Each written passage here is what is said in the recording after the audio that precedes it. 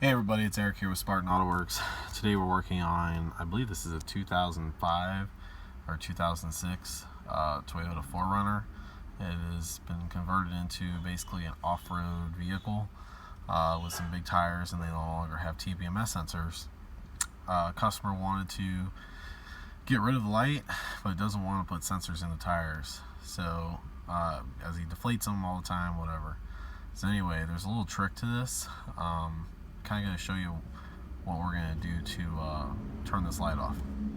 Alright, so when you come to the kick panel here on the passenger side, you're going to have this basically wireless control module for the TPMS.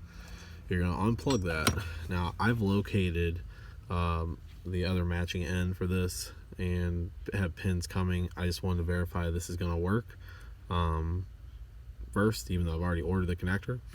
That way I'll make a pigtail that goes in the back of the connector and it just plugs on, and it's not going to be looped with a wire like this. So basically what you're going to do is there's two wires you're going to jump. The white and black, which is on the bottom, and the pink and black, which is on the top.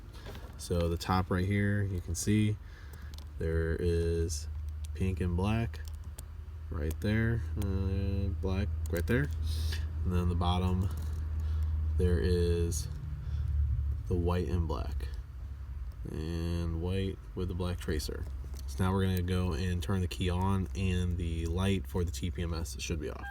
Alright, so now that the two wires are shorted, we turn the key on, and there is no TPMS light.